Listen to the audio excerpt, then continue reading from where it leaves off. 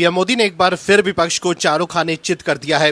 विपक्ष के लोग लगातार भ्रामक दावे कर रहे हैं, लेकिन देश के लोगों को सिर्फ और सिर्फ पीएम मोदी पर ही भरोसा है। इसलिए देश के लोग मजबूती से पीएम मोदी का साथ दे रहे हैं। यही वजह है कि चुनाव में लगातार बीजेपी की जीत हो रही है और कांग्रेस की करारी हार, क्योंकि देश के लोग विकास की राजनीति पर विश्वास करते हैं, न कि नकारात्मक राजनीति पर। लेकिन फिर भी कांग्रेस के लोग बार बार झूठ का सहारा लेकर जनता को गुमराह करने की कोशिश करते हैं। लेकिन पीएम मोदी का डंका देश ही नहीं, विदेशों में भी बज रहा है। दुनिया जानती है कि पीएम मोदी विश्व गुरु हैं। इसलिए ही तो पीएम मोदी को सेशल्स का सबसे सर्वोच्च सम्मान guardian of the blue horizon प्रदान किया गया है। यह सम्मान उन्हें पर्यावरण संरक्षण और सतत विकास के क्षेत्र में नेतृत्व के लिए दिया गया। पीएम मोदी इन दिनों अपनी 3 दिवसीय राजकीय यात्रा पर सेशल्स पहुंचे हैं। पीएम मोदी को ये अवार्ड ऐसे समय में दिया गया है जब सेशल्स अपने राष्ट्रीय दिवस की गोल्डन जुबली मना रहा है। सेशल्स की स्वतंत्रता के 50 वर्ष पूरे होने के अवसर पर आयोजित समारोह में पीएम मोदी राष्ट्रपति डॉक्टर पैट्रिक हार्मनी के निमंत्रण पर मुख्य अतिथि के रूप में शामिल हुए हैं। वहीं पीएम मोदी के सेशल्स दौरे और वहां उनको मिल रहे सम्मान से कांग्रेस चिढ़ गई है। कांग्रेस आईटी सेल की प्रमुख सुप्रिया श्रीनेत ने एक्स पर लिखा है कि मोदी जी 1,30,000 आबादी वाले सेशल्स दौरे पर हैं। सेशल्स ने एक नया अवार्ड इजाद करके नरेंद्र मोदी को दे दिया। Guardian of the blue horizon नाम का ये अवार्ड मोदी जी से पहले किसी को नहीं मिला, लेकिन सेशल्स वालों ने ये इतनी जल्दी में किया कि सेल पर रिपब्लिक ऑफ सेशल्स से गलत लिख दिया। इससे पहले भी मोदी को इजराइल ने ऐसा ही एक अद्भुत अवार्ड दिया था और उसके पहले कुछ विदेशियों ने फिलिप कोल्टर अवार्ड दिया था। ये सब न मोदी जी से पहले न उनके बाद किसी को दिए गए हैं। भक्त निहाल हैं कि मोदी जी को अवार्ड मिल रहा है। वो बेचारे क्या जाने कि विदेशी मोदी जी की कमजोरी समझ चुके हैं, बस अवार्ड देकर मूर्ख बनाओ। सेशल्स के दौरे के दौरान भारत ने $175 मिलियन लगभग 1500 करोड़ रुपए की आर्थिक मदद देने का फैसला किया है। $125 मिलियन लाइन ऑफ क्रेडिट और $50 मिलियन ग्रांट है जो वापस नहीं होगी। भक्त ताली थाली बजा सकते हैं। दर्शकों, सेशल्स ने पीएम मोदी को सर्वोच्च सम्मान guardian of the blue horizon प्रदान किया है, जो कि भारत के लिए गर्व की बात है। लेकिन कांग्रेस के लोग पीएम मोदी के चक्कर में इस हद तक जा चुके हैं कि वो ये भूल गए हैं कि पीएम मोदी देश के प्रधानमंत्री हैं और देश के प्रधानमंत्री का सम्मान पूरे भारत का है। क्योंकि पीएम मोदी सेशल्स बीजेपी की तरफ से बीजेपी के किसी कार्यक्रम में शामिल होने नहीं गए हैं, वो पूरे भारत की तरफ से सेशल्स में देश का प्रतिनिधित्व कर रहे हैं। लेकिन कांग्रेस के लोग गांधी परिवार से आगे अब तक नहीं बढ़ पाए हैं। लेकिन पीएम मोदी की लीडरशिप में दुनिया में भारत विश्व पटल पर प्रतिष्ठा के नए पायदान पर चल रहा है। वहीं आप दर्शक भी मानते हैं कि पीएम मोदी के हाथों में ही देश सुरक्षित है, तो कमेंट में यस और वी सपोर्ट पीएम मोदी जरूर लिखें, ताकि विपक्ष को साफ संदेश जाए कि देश के लोग पीएम मोदी के साथ हैं। इस खबर में आगे आपको बताएंगे सब कुछ डिटेल में कि कैसे विपक्ष मुश्किल में फंस गया है और कैसे कांग्रेस हो गई एक्सपोज। तो बने रहिए हमारे साथ अंत तक और देखिए हमारी ये खास रिपोर्ट। साथ ही आप दर्शकों से विनम्र निवेदन है कि अगर अब तक आपने चैनल को सब्सक्राइब नहीं किया है तो अभी कर लीजिए, साथ ही बेल आइकॉन को भी दबाएं। दर्शकों, कांग्रेस के नेता सिर्फ तुष्टीकरण की राजनीति कर अपने वोट बैंक को खुश करने की कोशिश करते हैं, लेकिन जब काम की बारी आती है तो वो कहीं नजर नहीं आते हैं। गाजा मुद्दे पर कांग्रेस नेता सोनिया गांधी की टिप्पणी के बाद बीजेपी ने उन पर तीखा हमला बोला है। बीजेपी के राष्ट्रीय प्रवक्ता शहनवाज हुसैन ने कहा है कि भारत की विदेश नीति आज दुनिया में मजबूत और प्रभावशाली मानी जाती है, जबकि कांग्रेस अपने शासनकाल की विदेश नीति की गलतियों को भूल गई है। दर्शकों, अपने वोट बैंक को खुश करने के लिए कांग्रेस के शीर्ष नेता कभी गाजा तो कभी फिलिस्तीन का राग अलापते रहते हैं। लेकिन बीजेपी का कहना है कि बांग्लादेश में हुए हिंदुओं पर अत्याचार के मामले में सोनिया गांधी ने क्यों कोई टिप्पणी नहीं की। वहीं राहुल गांधी के लापता पोस्टर के बाद मध्य प्रदेश के छिंदवाड़ा विधानसभा क्षेत्र के अंतर्गत आने वाले दूरस्थ ग्राम जैतपुर में पूर्व मुख्यमंत्री और स्थानीय विधायक कमलनाथ के खिलाफ पोस्टर लगाए गए हैं। इन पोस्टरों में कमलनाथ को लापता विधायक बताते हुए क्षेत्र की समस्याओं की अनदेखी करने का आरोप लगाया गया है। वही पोस्टर सामने आने के बाद जिले की राजनीति में गर्माहट आ गई है और बीजेपी और कांग्रेस के बीच आरोप प्रत्यारोप का दौर शुरू हो गया है। वही राम मंदिर चढ़ावा मामले पर राजनीति कर रहे विपक्ष और खासकर अखिलेश यादव को सीएम योगी ने बड़ा चैलेंज दिया है। सीएम योगी ने कहा है कि अगर सचमुच खुद को धार्मिक कहलाने का प्रयास कर रहे हो तो मथुरा वृंदावन राम जन्मभूमि पर खुलकर बोल दीजिए। बोलिए न कि राम जन्मभूमि की मुक्ति के आंदोलन के तर्ज पर ही कृष्ण जन्मभूमि की मुक्ति का अभियान चलाना चाहिए। लेकिन आप में हिम्मत नहीं है क्योंकि आपके पास मुल्ला मौलवियों के सामने घुटने टेकने के सिवाय कोई एजेंडा नहीं है जो देश के विकास के लिए हो। पोस्टर में राहुल गांधी की तस्वीर के साथ बड़े अक्षरों में गुमशुदा लिखा हुआ है, जिसने राजनीतिक हलकों में चर्चा तेज कर दी है। ये घटना सोशल मीडिया पर तेजी से वायरल हो रही है। वहीं राहुल गांधी की गुमशुदगी वाले पोस्टर को लेकर शुरू हुआ राजनीतिक विवाद अब और तेज हो गया है। बीजेपी प्रवक्ता प्रदीप भंडारी ने राहुल गांधी के कथित विदेश वेकेशन को लेकर सवाल उठाया और कहा कि देश की जनता जानना चाहती है कि राहुल गांधी कहां है और उनका कार्यक्रम क्या है। इस पर कांग्रेस की तरफ से नया जवाब सामने आया है। उत्तर प्रदेश के लिए नई जिम्मेदारी संभाल रहे राजेंद्र पाल गौतम ने बीजेपी के आरोपों पर पलटवार करते हुए कहा कि सवाल राहुल गांधी पर नहीं बल्कि सरकार के कामकाज पर होना चाहिए। दर्शकों, राहुल गांधी और कांग्रेस के नेता हर वक्त आरएसएस से चिढ़े रहते हैं। वो जानते हैं कि आरएसएस की ताकत क्या है। आरएसएस द्वारा जमीन पर लोगों के लिए किए जाने वाले कार्यों की वजह से बीजेपी को फायदा होता है। यही वजह है कि कांग्रेस के लोग आरएसएस को टारगेट करते हैं। लेकिन कर्नाटक की राजधानी बेंगलुरु की एक अदालत ने आरएसएस के खिलाफ मानहानि और आपत्तिजनक टिप्पणियों के मामले में राज्य सरकार के मंत्री प्रियांक खड़गे और यूथ कांग्रेस के नेता मोहम्मद हारिस नलपाड़ के खिलाफ संज्ञान लिया है। अदालत ने दोनों के 21 जुलाई 2026 को व्यक्तिगत रूप से पेश होने के लिए समन जारी किया है। ये निजी शिकायत बेंगलुरु के सिद्धपुरा निवासी और आरएसएस कार्यकर्ता ए तेजस ने दर्ज कराई थी। शिकायत के मुताबिक प्रियांक खड़गे ने 14 अगस्त 2025 को अपने सोशल मीडिया प्लेटफॉर्म एक्स पर आरएसएस और उसके सदस्यों के खिलाफ कथित तौर पर अपमानजनक पोस्ट साझा की थी। वहीं मोहम्मद हरीश नलपाड़ पर आरोप है कि उन्होंने एक यूट्यूब चैनल को दिए इंटरव्यू में आरएसएस के खिलाफ मानहानिकारक बयान दिए, जिससे संगठन की छवि को नुकसान पहुंचा। वहीं ऑपरेशन सिंदूर में वीर गति को प्राप्त हुए 6 सैनिकों की पहचान को लेकर राजनीतिक विवाद खड़ा हो गया है। विपक्ष और खासकर कांग्रेस का दावा है कि सरकार ने पाकिस्तान के खिलाफ किए गए ऑपरेशन में सैनिकों की शहादत को छिपा कर रखा था। राष्ट्रीय स्मारक पर सभी 6 सैनिकों के नाम अंकित करने पर पहचान सामने आई है।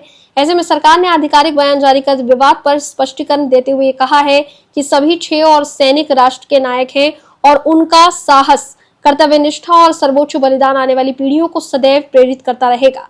रक्षा मंत्रालय के मुताबिक मीडिया और सोशल मीडिया के कुछ मंचों पर यह भ्रामक दावा किया जा रहा है कि ऑपरेशन सिंदूर के दौरान सर्वोच्च बलिदान देने वाले 6 वीर सैनिकों को हाल ही में सर्वप्रथम आधिकारिक मान्यता दी गई या उनके बलिदान को पहली बार सार्वजनिक किया गया।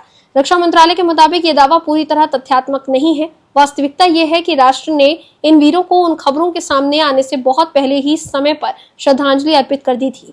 लेकिन फर्जी खबर फैलाकर कांग्रेस नेता पवन खेड़ा और सुप्रिया श्रीनेत ने इस मुद्दे पर सरकार को घेरने की कोशिश की थी। सुप्रिया श्रीनेत ने कहा कि सरकार ने शहीदों का नाम अब तक छिपाया लानत है। वहीं पवन खेड़ा ने सरकार को घेरा है, लेकिन एक बार फिर सुप्रिया श्रीनेत और पवन खेड़ा का दावा गलत साबित हुआ है, जिसके बाद बीजेपी हमलावर हो गई है। कांग्रेस पर निशाना साधते हुए बीजेपी प्रवक्ता प्रदीप भंडारी ने एक्स पर लिखा कि कांग्रेस पार्टी भारत विरोधी और खतरनाक पार्टी है। रक्षा मंत्री राजनाथ सिंह का एडिट किया वीडियो सोशल मीडिया पर वायरल। कांग्रेस ने अपनी मंशा साफ कर दी है। कांग्रेस का मकसद सेना के मन में अविश्वास पैदा करना है, ठीक वैसे ही जैसे अंग्रेज किया करते थे। रक्षा मंत्री का जो वीडियो कांग्रेस ने पोस्ट किया वो राहुल गांधी और दुश्मनों के उस झूठे प्रोपेगेंडा को खारिज करने के संदर्भ में था, जिसमें कहा गया था कि भारत के कितने जहाज गिरे। रक्षा मंत्रालय द्वारा राफेल जेट के रखरखाव का आदेश जारी करने से कांग्रेस पार्टी का भारत विरोधी और दुर्भावनापूर्ण अभियान और भी बेनकाब हो गया। सबक सीखने के बजाय कांग्रेस अपने इस दुर्भावनापूर्ण अभियान में एक कदम और आगे बढ़ा गई। इससे ये सवाल उठता है कि कांग्रेस हमेशा भारत के हितों की बजाय दुश्मनों के हितों को क्यों चुनती है। प्रदीप भंडारी ने आगे लिखा कि अगर कोई कांग्रेस के इतिहास पर नजर डाले तो किसी को हैरानी नहीं होगी। 26/11 मुंबई आतंकी हमले के बाद पाकिस्तान पर हमला न करने से लेकर डोकलाम और ऑपरेशन सिंदूर के दौरान दुश्मन का साथ देने तक कांग्रेस गर्व के साथ भारत विरोधी और सेना विरोधी रही है। प्रधानमंत्री नरेंद्र मोदी ने बिल्कुल सही कहा कि कांग्रेस माओवादी कांग्रेस है। तो देखा आपने कैसे सुप्रिया श्रीनेत और पवन खेड़ा द्वारा फर्जी खबर फैलाए जाने की वजह से कांग्रेस बैकफुट पर आ गई है। दर्शकों, पंजाब में मुख्यमंत्री भगवंत मान के वायरल वीडियो विवाद को लेकर विवाद बढ़ता जा रहा है।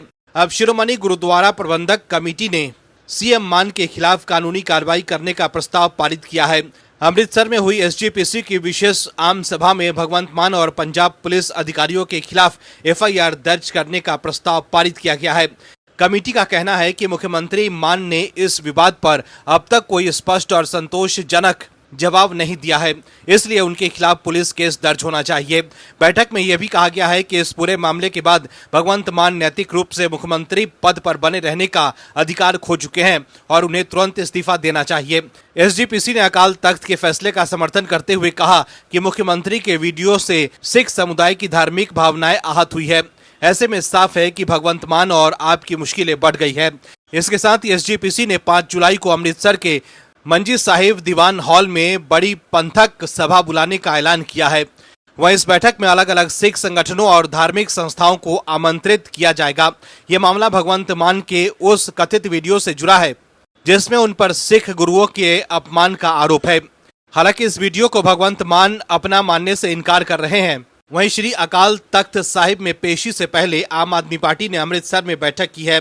इसमें मुख्यमंत्री भगवंत मान, अरविंद केजरीवाल और मनीष सिसोदिया ने आगे की रणनीति पर चर्चा की। वहीं वायरल वीडियो मामले में फंसे भगवंत मान ने बड़ा यूटर्न ले लिया है। दरअसल विकसित भारत गारंटी रोजगार और आजीविका मिशन ग्रामीण यानी वीबीजी रामजी योजना का विरोध करने वाली पंजाब की आम आदमी पार्टी सरकार ने इस ग्रामीण रोजगार योजना को अधिसूचित कर दिया है। पंजाब में 1 जुलाई से ये योजना लागू होगी। मान सरकार ने पिछले वर्ष दिसंबर में पंजाब विधानसभा का विशेष सत्र बुलाया था। इसमें वीबीजी रामजी अधिनियम के खिलाफ सर्वसहमति से एक प्रस्ताव पारित किया गया था, लेकिन अब मान सरकार ने बड़ा यूटर्न ले लिया है। ग्रामीण विकास एवं पंचायत विभाग द्वारा 26 जून को जारी राजपत्र अधिसूचना के मुताबिक इसका उद्देश्य प्रत्येक वित्त वर्ष में ऐसे ग्रामीण परिवारों को जिनके वयस्क सदस्य स्वेच्छा से अकुशल शारीरिक श्रम करने के इच्छुक हैं 125 दिनों के रोजगार की बढ़ी हुई वैधिक गारंटी प्रदान करना है, ताकि ग्रामीण विकास के ढांचे को विकसित भारत 2047 के राष्ट्रीय दृष्टिकोण के अनुरूप ढाला जा सके। लेकिन भगवंत मान सरकार के इस कदम की कांग्रेस और अकाली दल ने कड़ी आलोचना की है। कांग्रेस ने पंजाब की मान सरकार के इस कदम की आलोचना करते हुए पूछा है कि यह कदम बीजेपी के साथ किस समझौते के तहत उठाया गया है। कांग्रेस ने यह भी सवाल उठाया है कि क्या इसका संबंध मुख्यमंत्री मान से जुड़े वीडियो विवाद से है। वहीं शिरोमणि अकाली दल के नेता और पूर्व मंत्री विक्रम सिंह मजीठिया ने कहा है कि वीबीजी रामजी योजना को गुपचुप लागू करके आप सरकार ने पंजाब के गरीबों, दलितों और मजदूरों के साथ धोखा किया है। दर्शकों, पंजाब में आम आदमी पार्टी इस वक्त बैकफुट पर है। वहीं आम आदमी पार्टी के नेता और आदमपुर विधानसभा के पूर्व उम्मीदवार जीतलाल भट्टी बीजेपी में शामिल हो गए हैं। बीजेपी अध्यक्ष केवल सिंह ढिल्लों ने उन्हें औपचारिक रूप से पार्टी में शामिल करवाया और कहा कि भट्टी का अनुभव तथा आदमपुर क्षेत्र में मजबूत जनाधार बीजेपी को दुआबा में और सशक्त करेगा। तो देखा आपने कैसे पंजाब में आम आदमी पार्टी की मुश्किलें बढ़ गई है। दर्शकों, ऋतुव्रत बनर्जी के नेतृत्व वाले बागी टीएमसी गुट ने कोलकाता के पूर्व पार्षदों से फिर मुलाकात की, जिससे ममता बनर्जी के नेतृत्व के लिए एक नई चुनौती खड़ी हो गई है। वहीं पार्टी के कालीघाट विंग ने इस कदम का जवाब देते हुए बागियों के खिलाफ धोखाधड़ी और गलत पहचान बताने के आरोप में पुलिस में शिकायतें दर्ज कराई है। खबर के मुताबिक शनिवार को पूर्वी कोलकाता के तुपसिया स्थित एक निजी बैंक्वेट हॉल में हुई बैठक में कोलकाता नगर निगम के 47 पूर्व टीएमसी पार्षद शामिल हुए। बैठक का उद्देश्य विधानसभा चुनाव में हार के बाद शहर में पार्टी के समर्थन में आधार को मजबूत करना और इस वर्ष के अंत में संभावित नगर निकाय चुनावों की रणनीति तय करना था। ये एक सप्ताह के भीतर बागी गुट की पूर्व पार्षदों के साथ दूसरी बैठक थी। इससे पहले 22 जून को न्यू टाउन के एक 5 स्टार होटल में भी इसी तरह की बैठक आयोजित की गई थी। वहीं दूसरी तरफ महुआ मोइत्रा ने खुद इन चर्चाओं पर खुलकर जवाब दिया है कि वो बीजेपी में शामिल होंगी या नहीं। दरअसल बीबीसी हिंदी को दिए इंटरव्यू में जब उनसे पूछा गया कि क्या वो कभी बीजेपी में जाएंगी, तो उन्होंने इन अटकलों को खारिज कर दिया। महुआ मोइत्रा ने कहा, राजनीति में आने के लिए उन्होंने अपनी युवा उम्र और जिंदगी का बड़ा हिस्सा समर्पित किया है। उनका मकसद एक ऐसे भारत के लिए काम करना है जहां सभी धर्मों के साथ लोग रहे। उन्होंने कहा, उनका सपना वही भारत है जो सेक्युलर और सबको साथ लेकर चलने वाला था। उन्होंने बीजेपी को लेकर कहा कि पार्टी ने देश में सांप्रदायिकता को बढ़ावा दिया है। वहीं दूसरी तरफ सीएम शुभेंदु अधिकारी ने कहा कि राज्य में जबरन धर्मांतरण और लव जिहाद की घटनाओं को रोकने के लिए सरकार जल्द ही एक सख्त कानून लाएगी। सीएम शुभेंदु ने कहा कि उनकी सरकार समान नागरिक संहिता के साथ साथ राज्य सरकार भूमि जिहाद, लव जिहाद और जबरन धर्मांतरण के खिलाफ सख्त कानून लाने जा रही है। वहीं पश्चिम बंगाल में सोमवार को पेश होने वाले यूसीसी और नए सार्वजनिक सुरक्षा विधेयक 2026 को लेकर टीएमसी और बीजेपी में भारी टकराव शुरू हो गया है। सांसद महुआ मोइत्रा ने इन कानूनों को इमरजेंसी से भी ज्यादा दमनकारी और ध्रुवीकरण करने वाला बताया है, जबकि बीजेपी ने इसे कानून व्यवस्था सुधारने और समानता लाने के लिए जरूरी कदम बताया है। महुआ मोइत्रा ने सरकार पर विपक्ष को कुचलने और डराने धमकाने का आरोप लगाया है। तो वहीं बीजेपी ने कहा कि टीएमसी नए और कड़े कानूनों से पूरी तरह डर गई है। महुआ मोइत्रा ने आरोप लगाया कि जमीनी स्तर पर टीएमसी कार्यकर्ता को निशाना बनाया जा रहा है। उन्होंने कहा, पुलिस और झूठे मुकदमों के दम पर टीएमसी को जड़ से उखाड़ने का एक गुप्त ऑपरेशन चल रहा है। महुआ मोइत्रा ने इस स्थिति की तुलना सीधे तौर पर देश में लागू हुए आपातकाल के दौर से कर दी। उन्होंने साफ कहा, लाखों मतदाताओं की आवाज को दबाया नहीं जा सकता। वहीं सीएम शुभेंदु की तारीफ को लेकर महुआ मोइत्रा ने कहा कि मैंने शुभेंदु अधिकारी के साथ अपने दोस्ताना रिश्ते को लेकर एक टिप्पणी की थी जब वो मेरी पार्टी में थे। जब से उन्होंने पार्टी छोड़ी थी, मैंने उनसे बात नहीं की है। ये मतलब नहीं हो गया कि मैं गद्दार ब्रिगेड ज्वाइन कर रही हूँ। वहीं महुआ मोइत्रा को लेकर कांग्रेस के पूर्व नेता प्रमोद कृष्णम ने कहा कि गृह मंत्री अमित शाह का फोन आ गया तो वो भी टीएमसी के खिलाफ बोलना शुरू कर देंगी। कांग्रेस के पूर्व नेता आचार्य प्रमोद कृष्णम ने महुआ को लेकर जो ऐसी टिप्पणी की है वो मौजूदा राजनीतिक हालात को और ज्यादा पेचीदा बना रही है।